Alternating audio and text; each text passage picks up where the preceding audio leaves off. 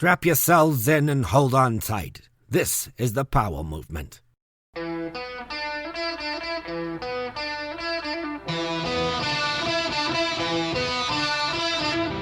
Welcome to the Powell Movement. I'm your host, Mike Powell, and this week I'm going to share a little about my fantasy football league, the XK2FL. The deal is you can only be in this league if you used to work at K2. The league started a decade ago as the K2FL, and there have been about 20 different players in the league, and about 8 of them have been on the podcast. When the league started, my team had the best helmet in the history of football helmets, and for the past 8 years, the helmet has been banned by ESPN. And while I understand the reasoning for the banning, I'm bummed. See, my team was and is known as the Jews, and my helmet was simple, classic, and perfect. It looked identical to a New York Jets helmet, which Chris Logan would love, but I replaced the T with a W. Why am I sharing this with you? Well, I don't know. But what I do know is that COVID is really messing with my league this season, and I am over it. We need a vaccine like right now, and I keep hearing that we're going to have one by the end of the year, but that is not soon enough. I'm the commissioner of this league, and every time someone goes down with the sickness, I get 15 texts from Sean Tidor about what this league needs to do, and then I get another 85 texts from the rest of the league talking shit. At this point, I just silence all the messages and pretend like I got a new phone and I'm not on the chain anymore. But I really should be silencing myself, as the last thing you need to hear about is me talking about the XK2FL, a league that Ben Wallace is the current champion of, and a league that Jeff Matura has never won. If you know Jeff, be sure to reach out to him and let him know that you're aware that he is the Dan Snyder of fantasy football owners. A guy who could care less about fantasy football, and I'm guessing football at all, is a guy who was born to ski. His dad is an Olympic silver medalist, his uncle is an Olympic gold medalist, and Andy Mahre is a badass in his own right. Instead of chasing time throughout his career, Andy found his way to the park and backcountry, and he's known for a smooth and playful style and huge switch landings and powder. Andy was on the K2 team when I was working there, and he was always one of my favorite dudes to hang out with. Kind of quiet, but in the small groups that we rolled around with, Andy was in his comfort zone. He would do anything that was asked of him. One of those guys that not only has a strong work ethic, but a dude that expects to work hard all the time. And Andy's one of those guys that could be a tough interview. I knew going into this one that even though I know Andy quite well, this could be a challenge. Talking, especially about himself, is not something that comes easy to Andy Mahre. So I looked at this as a challenge and I was going to make it work out, and it did, and I'm stoked on this podcast. Before I get into it, I want to ask you to subscribe to the podcast wherever you listen to it, follow me on Instagram at The Powell Movement, and get ready for winter by buying a beanie or a hat from Cole. They have the best fits on the market, and I really like their stuff and want to keep them as a sponsor. So please use the code in their ad to save some money. I also want to thank Peter Glenn, Stanley, and the 10 Barrel Brewery for supporting the show. Now let's talk to the mayor of Yakima, Andy Mahre. I'm doing good. How are you doing? I'm doing all right, man. I was stressing with this one because, like I said, I had a whole bunch of notes and then I totally deleted them all. And I was freaking out. And then when I was going to bed last night, I was like, wait, I've known Andy for like 15 years. I shouldn't be freaking out at all. I can do an interview with him without notes. Yeah, I'll just freestyle it, man. Yeah, we'll totally freestyle it. And I think how we'll start, we'll just go through your life and times, but I always like to break the ice with random topics. And with you, I'm going to say you've been a pro skier for a long time, almost half your life. And have you ever had a signature product? In skiing, I have not, actually. Just in life, have you had a Andy Mahre something? I have. What pro products have you had? I've had 2 paddle boards, actually. No way. Seriously? Yep. I had no idea that you had 2 signature paddle boards. That's pretty awesome. In skiing, I know we talked about at some point that you potentially could be on track for one. It never happened. What would you have named a pro model if you had one? There are some ideas. With the Hellbent theme, like the name Nightmare was like a really good candidate for that, but that was kind of something that had already been used by other family members, so it wasn't really maybe my first pick, but it would have been a really good one at least to carry the Hellbent theme, or a ski like that at least. Other than that, I don't really know. Well, I had an idea recently that if you would have come up with this idea back then, I think they could have taken the Powabunga and made that ski this ski. So if I were to name a product being a mare, and that was my last name, I would call the ski the iguana, and it would be the marijuana. Have you ever thought of that? I sure haven't. Damn, that would have been amazing. It would have been a clever name, and it makes me in the interview want to talk about two things, talk about weed, or we could talk about other milestones as a pro skier, and I'll talk about other milestones as a pro skier because I know that's where you'll want to go. And I believe there's a few things that like an athlete of your caliber likes to have in a career, boxes that you want to check. One being a pro product. You didn't get that in skiing. That's a bummer. You did get that in paddleboarding. That's surprising. Another thing is covers. Did you ever get a magazine cover? You obviously know that I didn't. I don't. I actually didn't do the research to see if you did or didn't. I definitely did not. Okay, well, did you? My last one might not go over that well either. Did you ever close out or open a video or a movie? I don't think so. So you didn't check any of those boxes, but that really doesn't matter because your career has been amazing either way, and you probably didn't think of those things. Although, are you bummed that you never got a cover where you've definitely had cover-worthy shots? I've seen countless ones. Yeah, it's really, in the grand scheme of things, it's not that big of a deal. As far as like a ski career goes, yeah, obviously you want to be able to check that box. But to me, I just felt fortunate enough to ski for a living for as long as I did. Yeah. Well, I mean, those are like nice to haves in a ski career. You were able to have one, and that's the most important part. You were able to play on that level. But for you, you were born to ski. And it all starts, before your dad and your uncle. It all starts with your grandfather, and he made a monumental switch from being an apple farmer to running things at White Pass. And how does that whole thing evolve? Because eventually your granddad has a house like at the base of White Pass. Yeah, so my dad and all his siblings and my grandparents lived right on the ski area. Like how far from the lodge? I don't know, 150 yards, maybe 100 yards. Okay, so they were right there. Yeah, like just a stone's throw away. The chairlift would have been within 100 feet of their house. That's crazy. Yeah, very close. So for them, super convenient, obviously, to ski. And yeah, that kind of just transpired through our whole family. All my cousins were all skiers or snowboarders or whatever, but, snow sliders of some type. Yeah, and your grandfather, he was like a badass in the mountains, though, like many first descents, and he helped with mountain rescue in a place when it was probably a lot riskier to do a lot of that stuff than it is today. And did you grow up just hearing the stories of not only your dad, but your grandfather being gnarly out there? Yeah, for sure. If you were pressured to follow footsteps, there were definitely some hard footsteps to follow. Luckily, there was no pressure on my end.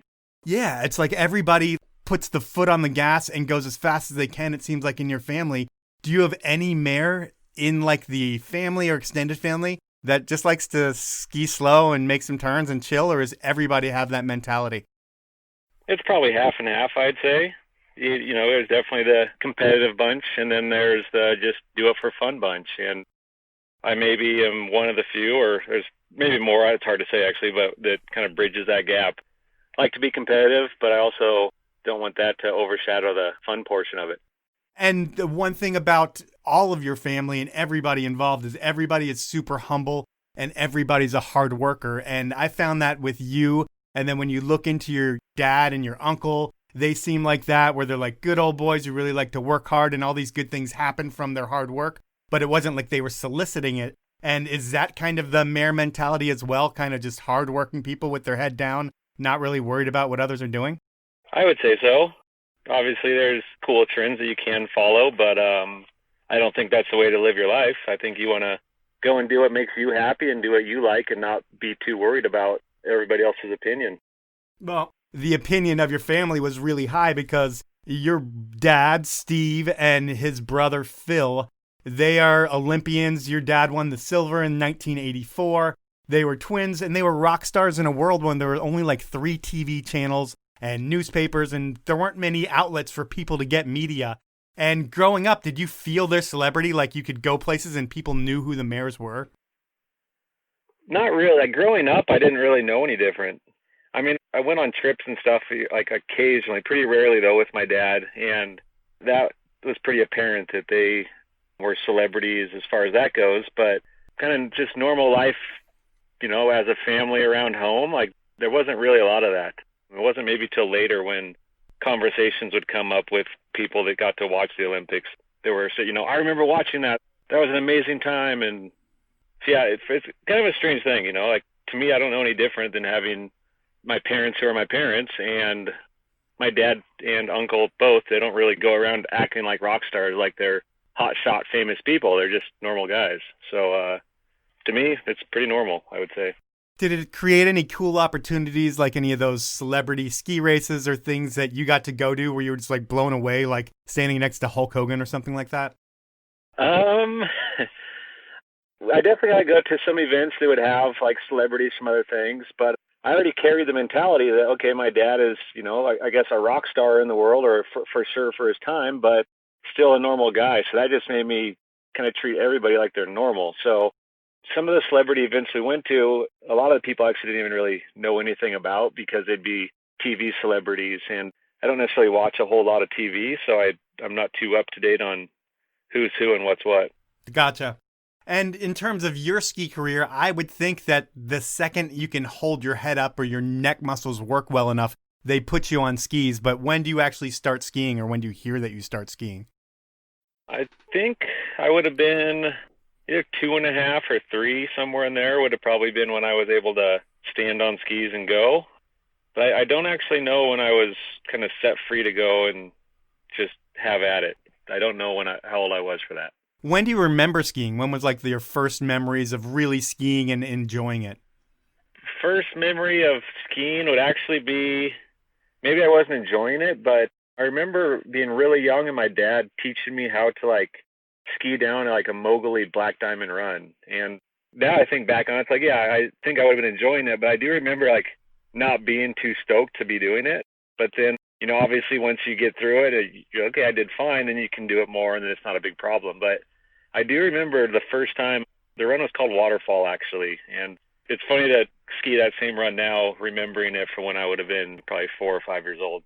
Yeah, I would think you and your family know the mountain of White Pass almost better than anybody in the world.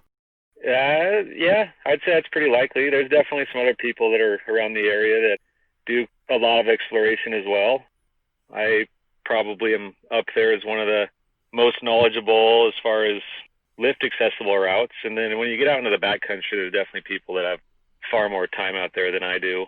But at the same time, most of those people, they find a route and then they stick to what works. And I'm the type of guy that likes to go off the beaten path and learn new routes and new ways to do things. So I maybe have some little tricks up my sleeve that other people don't have, at least. Yeah. And was there a big race program built around what your dad and uncle did at White Pass? Like, did they become known for like the little race mountain that could? The ski area did produce, I would say, for the size of it and for the amount of people that would go there or within the area, it definitely produced a lot of talent. But as far as being something on the map as like, I want to go to White Pass to be a like high level ski racer, I don't think it was ever that. Yeah. It just happened to have the right athletes and the right coaches and was able to produce, decent talent over the years. There hasn't obviously been anything quite as notable as my dad and uncle, but there's definitely been some very high level ski racers. And when do you start ski racing? I don't remember exactly. I ski raced as a kid, though, for sure. I would have been, I don't know, probably close to like between 8 and 10, I imagine, somewhere in there. Is it something that you liked? Is it something that your dad pushed you into? What was that all about? I liked to do it for sure as a kid. I started doing it because I had cousins and friends that were already ski racing, and it just seemed like it was fun to do. I'd go, before I even raced, I would start to do a little bit of training and running gates. I'm like, oh yeah, it's pretty fun. Just NASCAR shit? Not NASCAR. It would have been like, what's the PNSA? It's like Pacific Northwest Ski Association would have Buddy Warner races, is what they were. And so I did those. And I know your next question is probably going to be like, when and why did I quit? No. I've got a bunch of questions before that. All right. Is there pressure on you to be good because you're a mayor? Does everybody, anywhere you go, look at you and they want to beat you so like their dad can be like, yeah, my kid just beat Steve Mayer's kid? I don't think so. Like, collectively, we as the mayors that would go to races all together, because, we spanned like a pretty wide age gap there for different, I guess, categories or classes or whatever you'd call it, age groups. And collectively, we do pretty well. Like, we'd be, a lot of top 10s, top 5s, podiums. I don't think I ever won a ski race myself, but there were other guys that were for sure like the guys to beat. And I was definitely not one of those. My cousin Alex would be a similar age to me. He was maybe a little bit faster than me. Yeah, there were other guys like Evan Weiss, Jeff Harrison, Brian Barnwell, Chris Dutton. They were really the guys to beat. Jeff Harrison, was he the guy who was on the U.S. team at one point, I think, or maybe on the development team, and then eventually had a horrible accident and like killed some people? Yeah, exactly. And he was like a good friend of yours as well, right? Yeah, really good friend.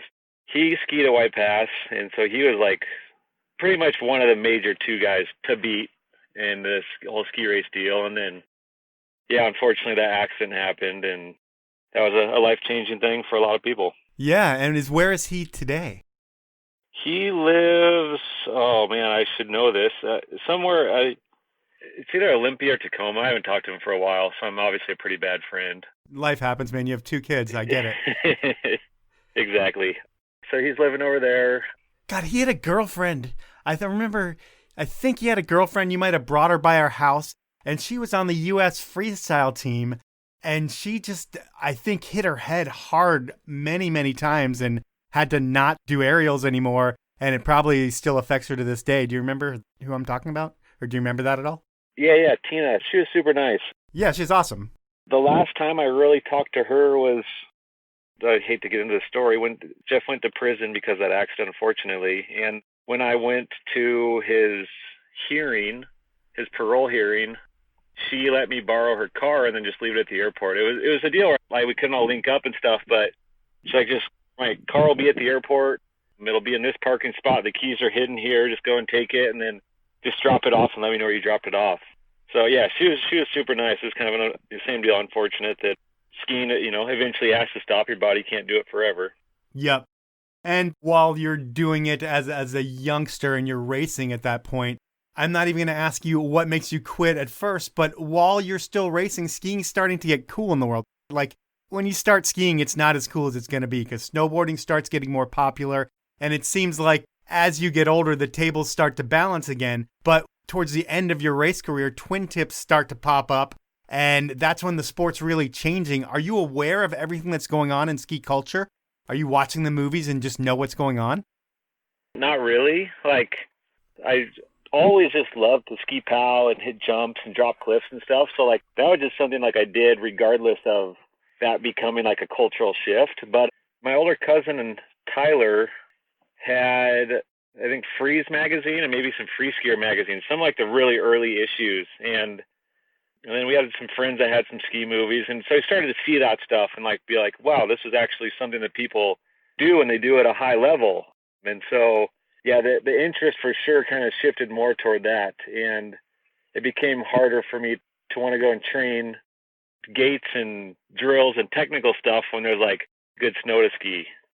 But there still isn't where you are like jumps or anything like that at White Pass, given you know every feature on that mountain. But there's no terrain park or anything crafted at that point. It's early and White Pass isn't that forward thinking, I wouldn't think. They did have they would have called it the snowboard park back then. Yeah. But it was definitely nothing special. And the way that it faced, you would jump into the wind. And so then the landings would just be like sheer ice. Uh-huh. Which I guess East Coast, they're like, what are you complaining about? But for us, it's like, this is not that sweet. Like we have awesome other jumps elsewhere that aren't like groomed out, but at least they're not, solid ice. Yeah, somehow you sounded like shit right there, but I don't know if you moved the phone or did something different. Oh, I apologize. It's all good. You're good now, so we'll keep going. So you see that stuff going on. When do you get your first pair of twin tips? My first twin tip, oh man, I might have been 13, 14, 15, I forget it, somewhere in there. And it would have been a pair of K2 Enemies that I got from Van Brassington. And Van Brassington is an interesting guy. He was like the old race guy at K2. And that guy absolutely seemed to hate twin tips, I feel like. But he gave you a pair. And what can you tell us about Van Brassington? Is he even still alive? Yeah, so he lives over in Packwood, which is like about an hour 15-minute drive from where I live. And he drives over the pass probably 5 days a week to play golf. Okay. He's spending like a couple hours in his car every day to play golf and go for a run and mountain bike. But yeah, as far as like him and his hate for twin tips, telemarkers, snowboarders, I mean, maybe it is like a genuine thing with him, but it's also just like a joke more or less. Because to him, it was like, okay, I'm going to make fun of you for skiing on these flimsy, low performance skis, but I'll happily give them to you because it's still skiing at least. So super good dude. Like, for sure, a character. You know, maybe a lot of people are like, whoa, what's this guy all about? Maybe we don't want to be around him. But if you actually know the guy, he's a really nice guy. Like, has a big heart. Just doesn't really care about your interests so much and lets you know about it. Well, when you get those twin tips, I'm sure it's only a matter of time if you haven't quit racing already that you do quit racing. I get why you would quit. There's just another side of the sport that's open. It's not regimented. And what does your dad say when you decide that you're not going to follow in what became what defined his life? As far as I know, he just said it was all good. Do whatever makes you happy. If you're not happy doing it, then you probably shouldn't do it. Be supportive of it. Like, for me, it was just, if I want to keep skiing, I don't want to keep training all the time and then go to races. And what happened to me was I just had one really bad year where I just was bad finishes and crashes and injuries. And I was like, this is stupid. Like, I work so hard and then you get pretty much no results. You're like, well, this is a waste of time. And then do you start traveling around for contests that are going on? I mean, I know it's like the era of Rail Jam. You've got a lot of those going on, and then you've got the U.S. Opens and those kind of things. Do you start traveling and doing whatever you can to just ski with better people? Yeah, exactly. It's like I had mentioned previously, my cousin Tyler, he is, I think, 7 years older than me. So he was well aware and like far more capable when I was younger. So like that was a really good guy to chase around and to try and emulate. And then, yeah, I think I went to the U.S. Open the first time I was 15, and that was a whole different level. Like local contests, like I was kind of a favorite maybe to win. Yep. But then you get onto that world stage and it's like, okay, like I'm lucky to not get last place type of thing. So definitely cool to be in that type of scenario, to actually see what those good guys that you see in the movies and the magazines are doing and to be around it and see it personally. But I didn't really like necessarily pursue so much trying to get out too much to be around that stuff. We had a pretty good, I wouldn't call it scene, but a pretty good like scene at White Pass of just super low key, lots of fun, no pressure. And yeah, that was kind of the direction I went. And are these your New Schoolers days? Because at that point, New Schoolers is a huge website. And while I don't look at you as the tech savvy online in message boards and doing a ton of shit, back then I feel like you were, and you were spending a lot of time where the trends and everything were happening. And if it wasn't on snow, it was on this website, New Schoolers. Did you spend a lot of time there too? I would say so, just because that was like a great place to get information and essentially be able to just, you know, see what the best guys were doing. Little fun fact for you. My member number on that site is in like within the top 600. And that thing was huge at one point. I mean, I can't tell you the numbers of how many people are going there, but it was a lot. I imagine it's a six-figure number. Yeah, for sure. So I was definitely in there early. I remember like initially I was like, no way, like this is kind of dumb. But then once I started like, okay, this is kind of cool because I get to see what all the best guys are doing, then I was like, okay, this kind of makes more sense. It's this one spot you can go to like just see what's happening all over the world. Yeah. And when I think of, you know, your direction in life other than skiing, it's like I don't really think about school and Mahre. Like if I think about you in high school, I think probably you're just trying to get through it to figure out how to ski. But even if you don't go ski after high school, you'd get a job and just figure out a trade or something like that. And that's just me assuming, but was college ever on your radar? It definitely never was. Okay. There's nothing wrong with that. Just it's not how you're wired. I mean, you're like a hardworking dude who's just going to get shit done, and sitting at a desk is never going to be the way that you make your money. Yeah, even today I have a hard time sitting on my computer. Now it's time for me to take a sponsor break, and my first sponsor is the 10 Barrel Brewery out of Bend, Oregon. They have been brewing the Northwest's best beer and supporting all things ski, snowboard, and bike since 2006. When I say their beer is the best, I really mean that. Recently, I've been drinking Nature Calls Mountain IPA, and not only does it have the best name in beer, a portion of the proceeds benefits the Conservation Alliance, so it does make a difference. And as far as supporting action sports, no other beer comes close to what 10 Barrel does for ski, snowboard, and bike. Next time you're at the store, pick up a 6-pack of 10 Barrel and support the beer that supports the sports we love, the 10 Barrel Brewery. My next sponsor is Stanley. You know, the brand that has been around for over 100 years, the ones that invented that keep things hot and keep things cold category. Back in the day, you could count on your grandpa's green Stanley to keep the hot chocolate, soups, and so much more hot. Well, these days, Stanley still makes that same green bottle, and they also make so many more products that will keep your liquids hotter and colder for a couple hours longer than any other product on the market. You know I think you deserve the best for less, and I'm going to make that happen again at Stanley. To save 30% on all Stanley products, head on over to stanley-pmi.com, go shopping, head to checkout, enter the code drinkfast, that's all one word, all lowercase, and you're good to go. You'll save 30%. Those are my sponsors. Now let's get back into the podcast. When you graduate high school, do you work some shit job and just hope the ski thing's going to work out for you?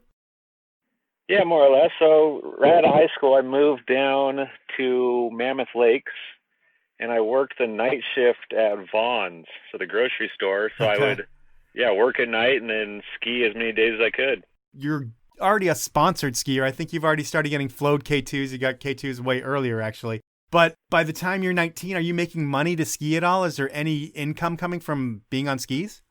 There's no, salary, but I did have reimbursements. So it's just I was essentially getting paid because as soon as I started traveling, I could send those receipts and get the money back. So to me, that was kind of like I was getting paid. So receipts were cash for you. Exactly. And then it wouldn't have been until the following year where I actually started getting paychecks. And then your huge year when paying sponsors and everything comes together is like 2005. It's your big breakout year. I think you film with both MSP and Poor Boys. So right there, a shit ton of people are figuring out who Andy Mahre is. And what movie are you more excited to shoot for? I like doing both of them for sure, but I hope I don't step on any toes here. What ended up happening, though, was that I was trying to juggle both of them, and that's kind of a difficult thing to do when they both really want you to be more involved in their project. But the way that it played out, though, was that the first real big shoot I did was with Poor Boys, and actually TGR was there for that too, was the Pyramid Gap. Yep. And as soon as that happened, that's when kind of everything blew up. Word got out that we did some, at that time, pretty spectacular things. And then a little while after that, then Matchstick reached out like, hey, we want to shoot with you. So I started shooting with them. Well, then I was, like I said, trying to juggle both, go back and forth between the two, just depending on the weather and what was going on. Well, Johnny was just like, do whatever you got to do, man. Like, it's all good. And the Matchstick crew was more so like, well, you should just stay with us. Like, don't go back there. Like, we want you to stay here. And I wasn't super stoked on that. Like, I like all the guys. I have nothing against any of them. And I understand, they want to make the best movie they can. Yep. And they want me to perform my best for them. All good. But I just like the approach and the mentality of like, do what you feel is best for you and not just what's best for us. And so in the end, I like the Poor Boys route because it just gave me a little more freedom and a little less stress. Yeah, I would think the Poor Boys whole thing is a lot more relaxed. And if you look at where Poor Boys is in ski movies and Matchstick, I guess maybe not being as relaxed really worked out more for the Matchstick guys. But I totally get you in terms of the vibe that you like to work under. But when you go from like Andy Mahre that no one knows about to starting to get some opportunity to being sent out to ski with Johnny and then MSP, it's like you're going from 0 to 60 right there. People don't know who you are, and then you're with the best skiers in the world. Like, how intimidating is that? For me, it actually wasn't because I was 100% ready. I had enough, time and experience under my belt at that time to know exactly what I needed to do and where I needed to do it and when I needed to do it. So to me, it was just, it was kind of just like the evolution of what my career was supposed to be at that time. And to me, just kind of felt like that was right where I needed to be. Really, what's amazing is where you needed to be was at Pyramid Gap for that zero spin, because people should all look up that footage and see it because it's still a trick that's talked about today. And it's one of those things where if you don't clear it, just hitting that thing switch and you would be going into a wall at like 50 miles an hour backwards, it would just be a splat that would change your life if you don't make it. And even a jump or two before that, it looked like you barely cleared the knuckle on that landing there. And what's going through your head there? Like, I got this? Yeah, so that was actually the second day that we hit it. We had built the jump like a week or two before, and the weather moved in though, and so we got to hit it one time the day that we built it. And I don't remember, I think I might have just done like a 360. Yep. But then, yeah, then just time went by. Just like, I remember I was with Pep, and we were just skiing skiing a lot, just going skiing pretty much every day. We were shooting a little bit of stuff, but nothing like super spectacular. But no, I was definitely psyched and ready. You know, that was kind of the whole purpose of going to do that, which we had already planned long before we were even building it, was once the snow's ready and the weather's ready, we're going to go make that happen. And yeah, I wasn't too nervous. You know, obviously I got to see what had been done on those gaps previously, especially with the Osnes crew and all the guys before us. And really, to me, like what I did maybe is held up high as this like real hard to do thing, whatever. Sorry, I'm speaking like really dumb words here. No, it's good. But what those guys were doing back then was like mind boggling to me. So for me to go and do some like more basic tricks that maybe just have a little more technical aspect to them wasn't really all that difficult in the end. Well, it's one of the tricks that's still talked about today and mind-blowing. I think did that win a powder award, that trick? Yeah. I mean, lucky for me, unlucky for Pep. Pep like annihilated that session, but he just wasn't putting down all his landings clean. He had a zero spin that he probably went like, I don't know, 50 feet farther than I did. But, you know, with that comes then you have to get the landing gear down, and it wasn't working out for him. Another thing that didn't work out for Pep, but did work out for you, is 2006 and the K2 back 9. Pep couldn't make it up to Canada, but you could. And I'm partial to that contest because I was a part of it. But in your honest opinion, have you ever been to a better run contest? No, sorry, I got to have a little pause there, just kind of thinking back to how it was. Intensity is obviously pretty high for something like that because logistically it's not an easy thing to do, but I just remember it being like super relaxed. Like everybody is just there to have like a good time. Obviously we're competing, but you're also wanting the other guys to do well. You know, you're not in this competition of like, well, I want everybody else to like not do good so I can do good. It's like, I want everybody else to do good, but I also want to do good. And that was a pretty special event, and it's unfortunate that it can only be a one-time thing. Yeah, you know, I feel like it created a whole bunch of events afterwards. A lot of the Cold Rush stuff seems to be based off of what that back 9 was. So while it was a one-time deal, and it's funny that you say that you guys were so relaxed, because I know on the planning end of it, for those 3 days and months leading up to it as well, they've never been more stressful in my life, but we had to get 15 to 18 people and 9 different zones all in 2 or 3 days. It was fucking insane for us, but it definitely paid off. And for you, it had to be the biggest, I would think, winnings of your entire life when you leave with big checks, because you won what, like 20 grand? I think I had 18,000 from that. What do you do when you walk with 18 grand? Do you buy yourself something, or is it Andy Mahre and he just puts it in the bank and puts his head back down and keeps working? Yeah, that's pretty much it. But I broke my back that spring. Oh, yeah. Shortly after the back 9 party or reception, whatever it is, I broke my back, and then all of a sudden you have medical bills and you got to fork out money for shit now. So I was, try to be pretty smart with my money and not just blow it all. I know that somebody at some point had created a 10% rule. I wasn't going to spend $1,800 that night on alcohol. Yeah, no way. That's like a ridiculous thing to do. That's for the contest guys. But when you break your back, because I forgot about that, but I kind of vaguely remember you having did you have a plastic piece that kind of went up? It was just like a back brace. Well, the figure 8 was for a broken collarbone, so that's different. Yeah, no, I had a back brace, so I had to just wear that. It wasn't really that big of a deal, but, when you crack your vertebrae, you got to let them heal. Well, they healed. The next phase of your life, or the next phase of your career, is like a dream come true. I mean, if you talk to the Parker Whites, the Carl Fosfets, the up-and-coming badasses, they're not even up-and-coming, the badass skiers of today, where you were a decade ago, when you ask what they were watching a movie called Idea, and it was you, Pep, Eric Pollard, Eric Iberg is behind the scenes as the puppet master behind it all. And how does this whole project come together? So it was actually the broken back is what made that happen.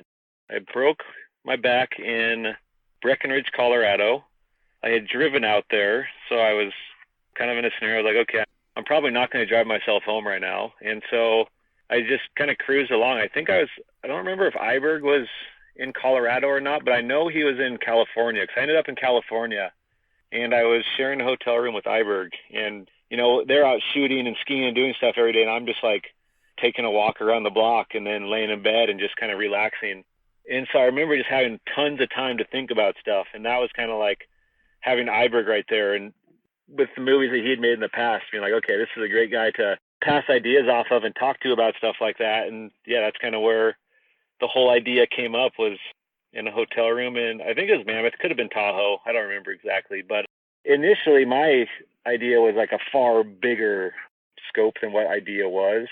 But the more we talked about it, and with his input especially, it made more sense to tone it down and, get more of a tight-knit crew than trying to find all the best guys to go and do something. So this whole thing that I've always thought had to be like Pollard and Iberg or something, because I didn't think of you as the guy who's going to be the mastermind with the idea behind the idea, which is ignorant of me to even think just hearing this story. But you're saying that idea was you and Iberg, and then you're bringing other people in, and that's how it kind of started organically? Well, yeah. And now that I think about it more, it was me throwing ideas at Iberg, and Iberg actually being like, telling me like what his thoughts were about it and how it could be better, but then also telling me like that he wasn't that interested. Huh. But if it made sense, then like it didn't take long for him to get on board. I remember initially it wasn't like, oh yeah, 100% let's do it. But I do know that like when Pep and Pollard were also like, oh yeah, we're into it, that was, became like a super easy decision. And is that something that's risky for all parties involved except for Iberg, really? Because Pep, Pollard, and yourself need to prove stuff to your sponsors. And when you say you're going to go out and you have this idea, you're going to create this content, and you're going to deliver it, I think, in a different way. Didn't you guys give idea away, or was that next with Nimbus? I can't remember. No, it would have been the next. I think Contrast was the first giveaway. Yeah, exactly. So you guys have this idea thing, and then you have to convince your sponsors not only to support this thing, but that this thing is going to be just as big as MSP or Poor Boys was for your careers. And it's taking two of K2's biggest athletes. It's taking Line's biggest athlete, taking them out of what they're normally doing. And there's a lot of trust put into you. Do you feel the pressure? And do people think you're crazy for even trying? Not really, because, when you look at the formula, it makes sense to be a success unless complete catastrophic failure. Because, you look at like Pollard's catalog up until that point, and he's like always at the forefront of mind-blowing, technical, smooth style. And then, Pep with his video segments, 1242 in particular.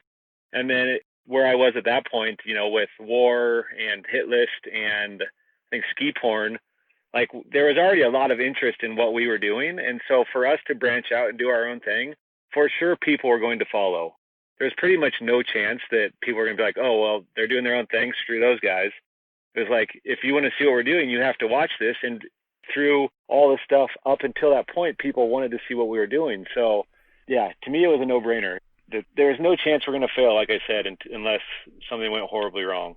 And you didn't fail. It's become one of the greatest movies of all time and inspirational for sure. And it spawns Nimbus Independent. And it's like the idea thing and that crew, that's 1 year. And then when you move into the Nimbus years, which is like the next 3 or 4 years of all of your careers, Iberg is not part of that.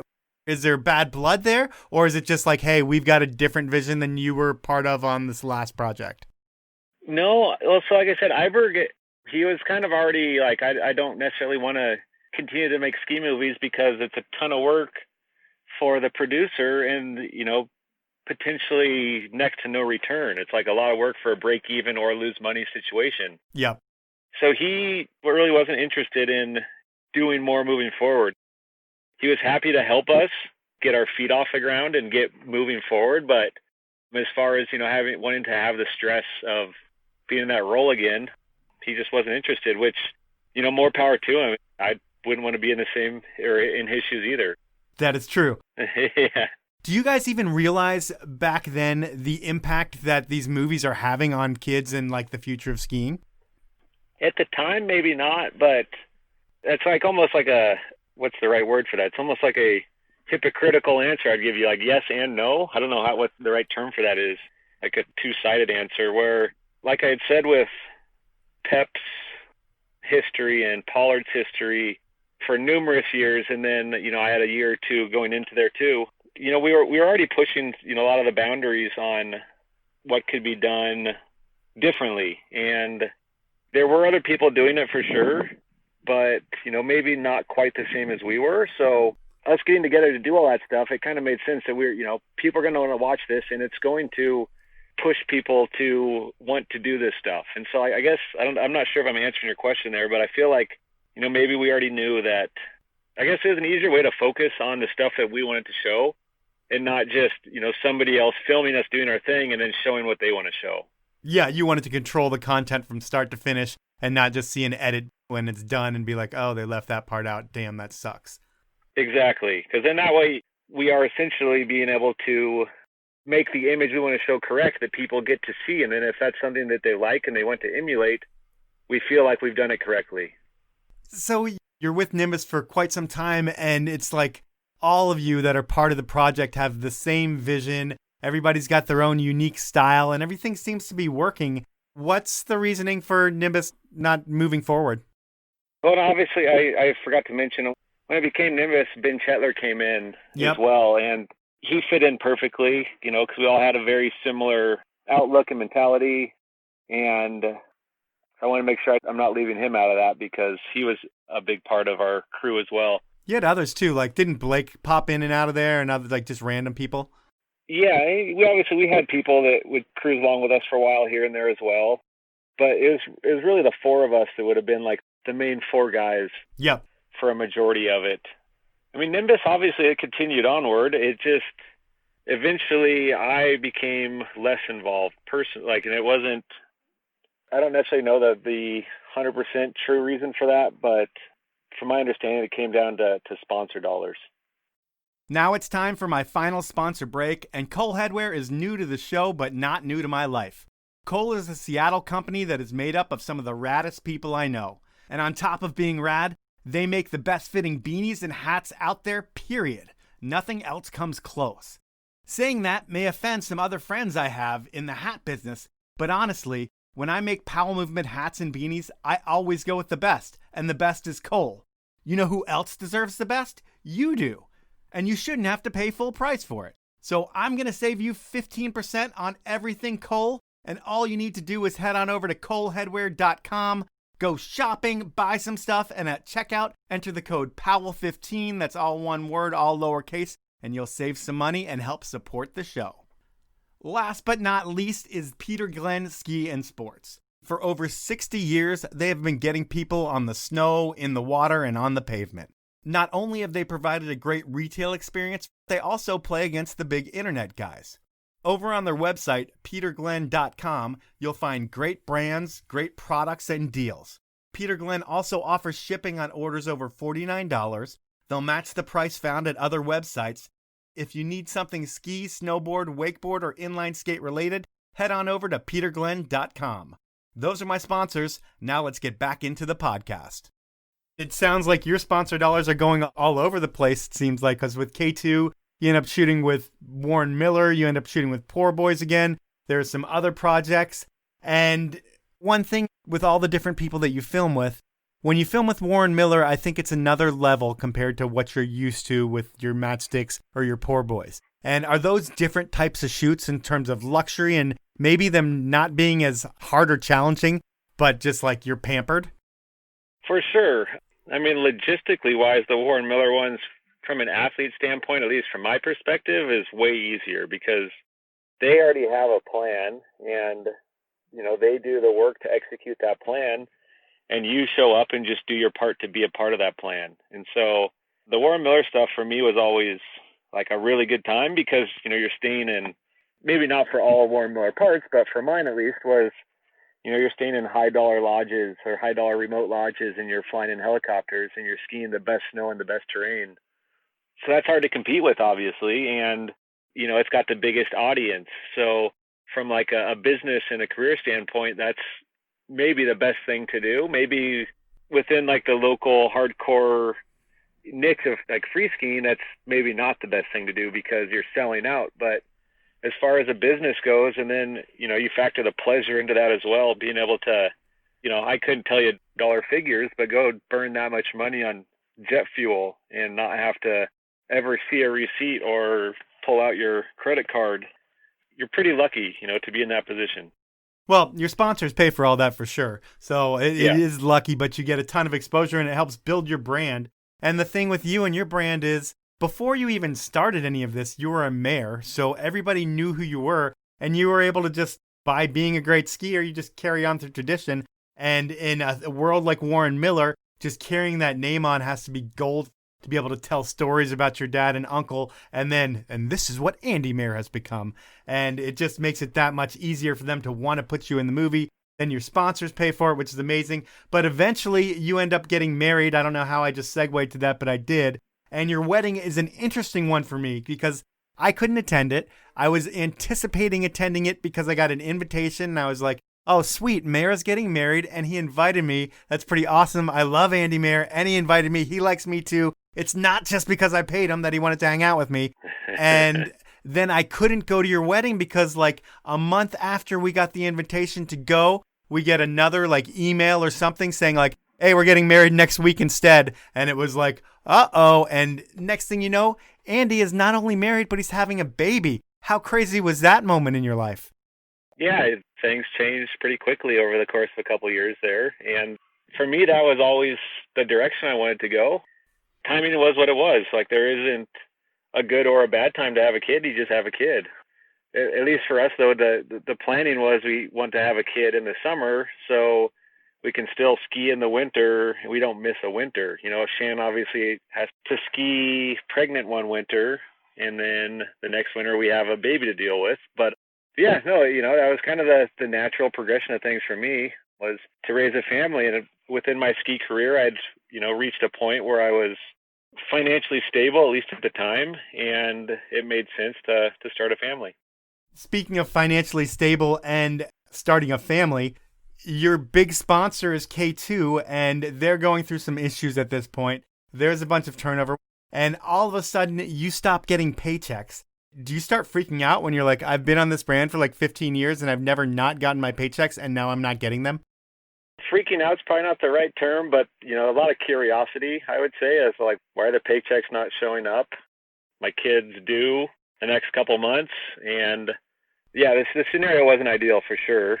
I even tried to contact K2. I called, I think Jan still worked at the front desk. I called her and tried to get patched through to the accounting department, and apparently nobody worked in accounting anymore. So when the acquisition happened, I guess they moved all the accounting to Coleman, so nobody remained in K2 doing accounting. So all of a sudden it was like, there's nobody I can talk to.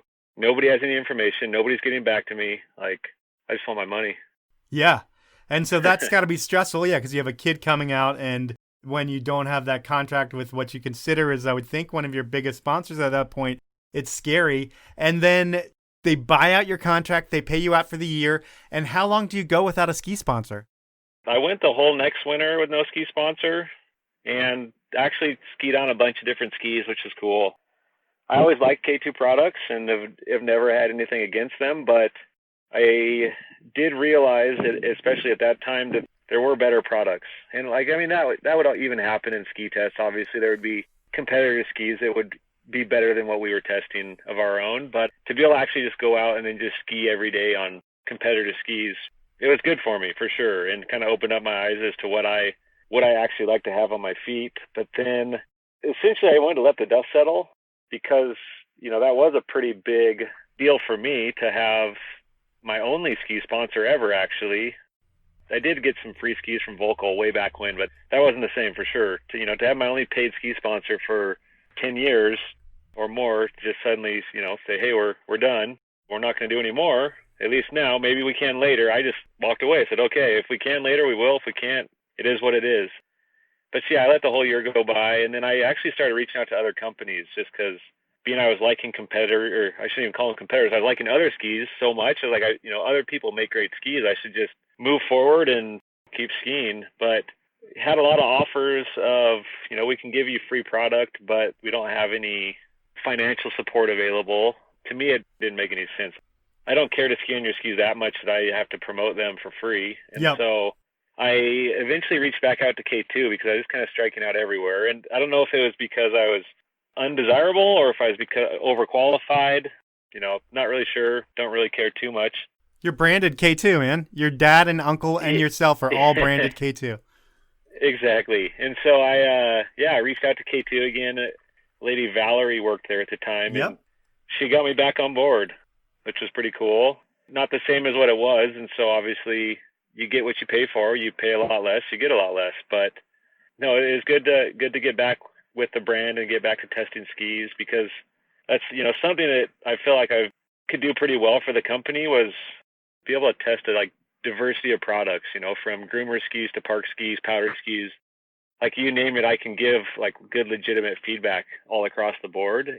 So I kind of miss doing that. And so that was kind of fun for me to get back into being able to start doing that again, have a little bit of input after 2 years of not doing it. Yeah, I guess it's kind of one of those things where when you're expected to be there all the time, it's kind of a drag. But after 2 years of not doing it, and you're like, hey, wait, that actually wasn't so bad. It's probably pretty cool to get back into the fold again. Yeah, and granted, the listeners probably don't know, but I know for sure that I was always down to go do stuff. You were the hardest worker at K2 on and off the snow, and if anybody needed anything done, you could call Andy Mahre and you'd say, hey, Andy, I need you to go to Detroit next week. I know it's not a great place that you probably don't want to go to. And you'd be like, dude, I'll do it with a smile on my face, and then I'll go to Fargo, North Dakota next week, because that's the kind of athlete I am for you guys. Yeah, stuff like that's hard to pass up. Like, somebody else wants to pay for you to travel around and see new places. I always like to have the opportunities to go and do things. Maybe not all of them were right on par with what I'd like to be doing, but in the end, you got to have a smile, because people would kill to be in the same position you're in. Yeah, for sure. And while you're with K2 in the early days too, when Ben Chetler was there and you're there, Pep's there, Pettit's there, Seth's there, does it ever feel like you're skiing in the shadows of other people because there's so many rock star skiers a part of that program? I wouldn't say so much in the shadows, because at least the first 2 years, the video segments I was putting out were almost untouchable. I don't want to toot my own horn there. No, you're correct. The other athletes were doing great stuff as well, but nobody was quite doing what I was doing then. So I didn't ever really feel like I was necessarily being overshadowed, or over-marketed almost. Yeah, but then what did happen, obviously, is you got Pettit, who's really young, and then you have Pep, who is revolutionary, and then Seth, who is legendary. So you bring in somebody that's a little lesser known, has less of a marketable story aside from skiing family, and enter them into that mix, and the efforts are obviously going to be put toward those three others. But I never had issues with it, because I always felt very fortunate and lucky to be aligned aside of those guys and be able to spend time with them in the mountains and, I guess, learn from them, because at the same time, they were capable of doing stuff that I couldn't even envision. And so to be able to see it and to learn things from them, and hopefully, maybe have that be a vice versa situation where they're learning from me also, very grateful, very fortunate. That's pretty much something that I could look at. There was never any thoughts to me that I should look for something else because I can't, get above and beyond these guys. Cause I never really cared to do that. I was happy completely just, trying to mesh with them. If you look at Ben Chetler, he ended up going to Atomic, and arguably the greatest decision of his career, just getting out from the athlete stable of K2 to a place where there wasn't a champion athlete at that point. And he was the first one. And then they brought on Sage, I feel like.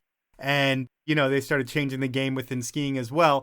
But his career, I mean, if you look at finances, he's probably earned 5 times or at least more than you based on him leaving, going somewhere else and starting a program there. There was never any thought of leaving K2 and talking to another brand? Well, you actually weren't really a negotiator or a go-getter in terms of contracts either. I should say that up front. Like, when we offered you something, you were like, cool, let's do it. Yeah, to me, everything seemed to be pretty fitting and pretty fair. Ben Chetler is a super intelligent guy and has had, numerous signature products from skis to clothing and, outerwear and whatever. So super business oriented and definitely a go-getter. And a lot of times I wish that I maybe took more of that approach and pursued things more and played more hardball. You needed an agent. You were like the person built for an agent. Yeah, in retrospect, for sure, it would have been a great move to make. But I also liked the idea of low stress, and obviously, with more responsibility and more money comes more stress. And so, I was happy with the not so underground route. Yeah, because you're still making money. I mean, I saw what you're making at K2, and then I would think with all your other sponsors in the heyday, you're making over $100K, I would think. I mean, you bought a house, I would think a truck, a sled, and I don't know, who was paying you in the heyday? When you had K2, I think you had Sessions. Who else were the brands that paid? K2, Sessions, Electric, Skull Candy, Dakine, and Marker. Evo would have been in there too. I never made it over the six-figure mark. I was definitely pushing up there and aiming for it, and then unfortunately that's right when everything went south. Okay. Do you have any sponsors these days? Like, who do you ski for now? The only company that's given me any financial support is K2. What do you do, like 20 days for K2 a year? The contract was, I think it was 5 days. And then you had Eddie Bauer. What happened with them? They're local and they were trying to make a push? Yeah, so obviously COVID happened, and Yep. Eddie Bauer's stores all shut down. And, when their stores shut down, the money's not coming in, and online sales were not making up the lost money from the stores. And so you got to trim the fat. And, with obviously COVID and then with the Black Lives Matter movement and all the racial injustice and the drive for companies to prove that they support diversity, my time was up there, unfortunately. And I'm actually still in contract with them until like mid-October, so I got about another month. But at this point, I consider it done. They don't ask me for anything, asking me for any input. I actually haven't even tried to log on to see if I can still get on the Basecamp software. The way I see it is when the phone call happened that they're letting me go is like, this is as soon as we can do it. And the only downside is so kind of like the K2 thing. My contract ended when I had a kid, and now I have another child, and my other like decent paying contract is ending also. So it's like, those damn kids. Yeah, but you're getting to a point where it's like you have so many things going on in life other than just your ski career. I mean, you've got Mahre Media, there's Mahre Construction, your wife's got Girls with Grit, and then you're like a pro paddleboarder. And I would think with paddleboard sales, they've got to be great right now because everybody was selling anything you can do individually outside. So the signature paddleboard has got to have sold out by now. So yeah, that's a funny story also. So that's like an old thing. I still use the boards, but that's like a long gone scenario. Oh, you're a washed up pro paddleboarder?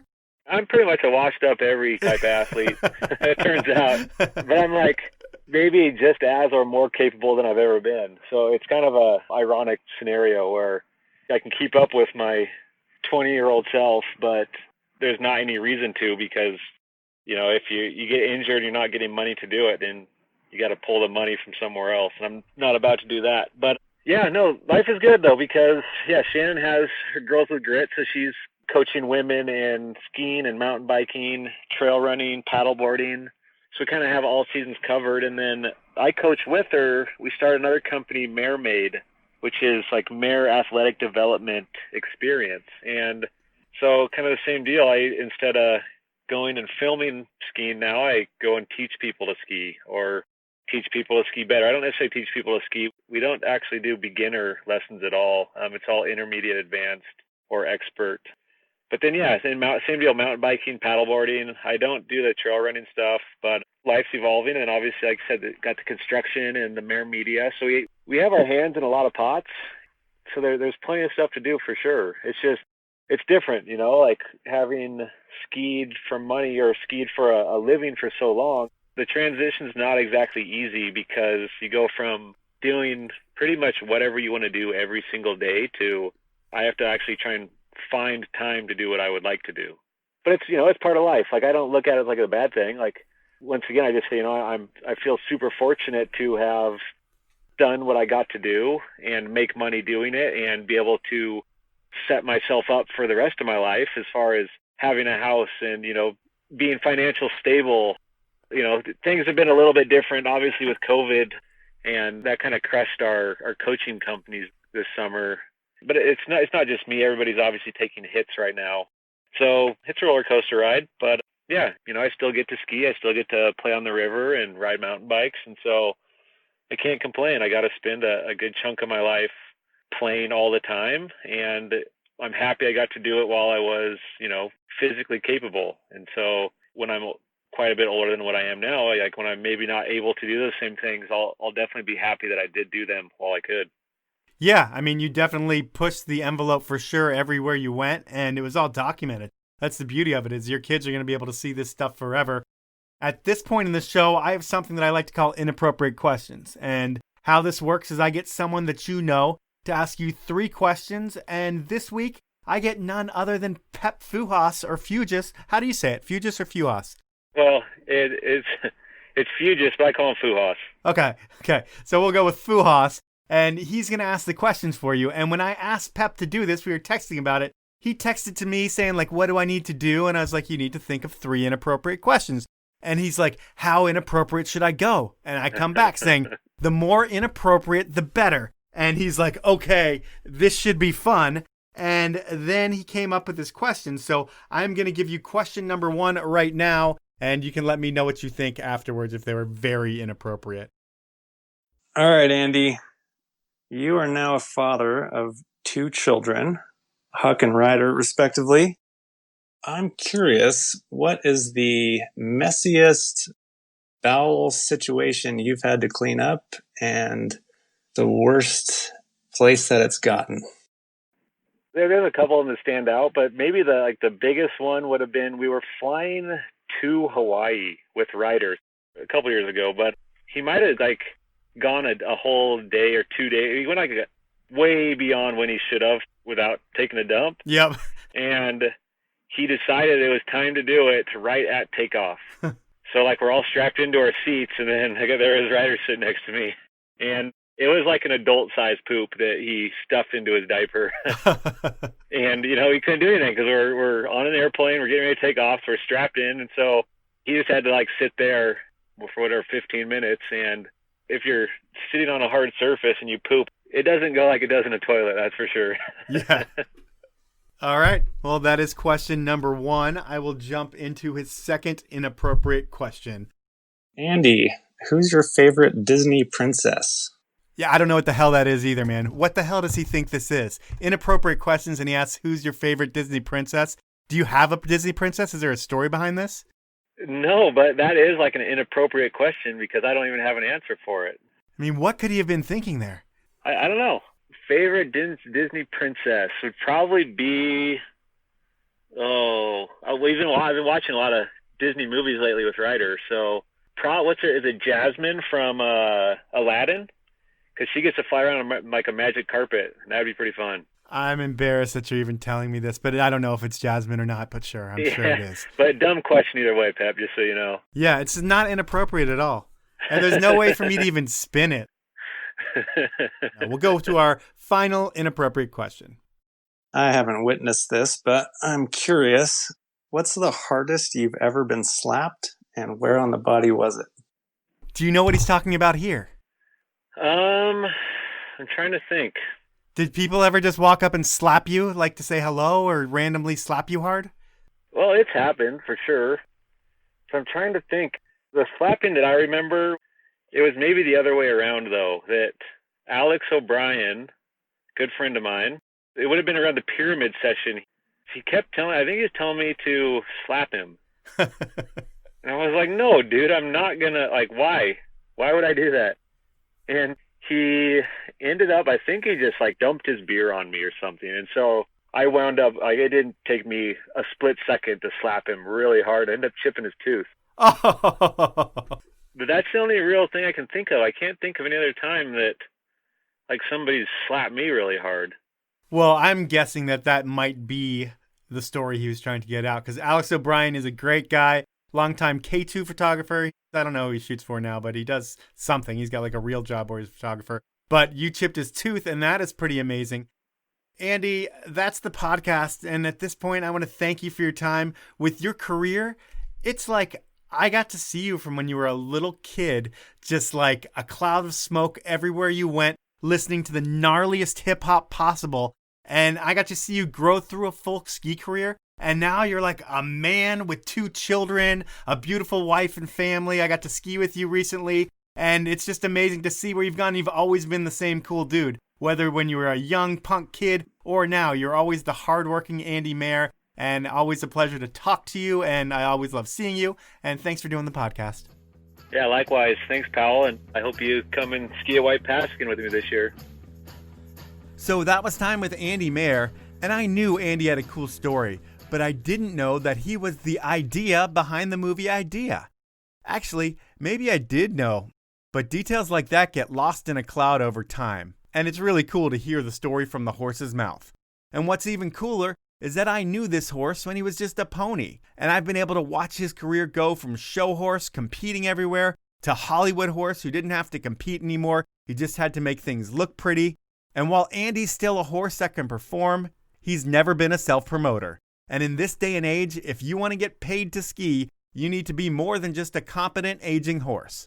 And the reality of things for Andy is that the horse game doesn't last forever, and in the circles that he was running, the outside world is safer and more lucrative. So it's cool to see all the different things that Andy has going on now. He's still able to get out there, but he's also a family man, and he's got a completely different life these days. That's the podcast for this week. I want to thank you for listening. I want to ask you to review me on whatever platform you listen to me on. If you're on an iPhone, here's what you need to do. Hit the podcast icon, search for the Powell Movement, tap my logo, scroll down to where you see the stars, tap 5 stars, and you're done. Even if you already subscribe to my podcast, you're still going to need to search for the Powell Movement and do it this way. I don't know why, but that's how iTunes does it. It takes a minute. It does help the show grow, and I thank you very much for it. I also want to thank my amazing sponsors who make this thing happen. They are Stanley, Peter Glenn Ski and Sports, Cole Headwear, and the 10 Barrel Brewery. Have a great week, everyone.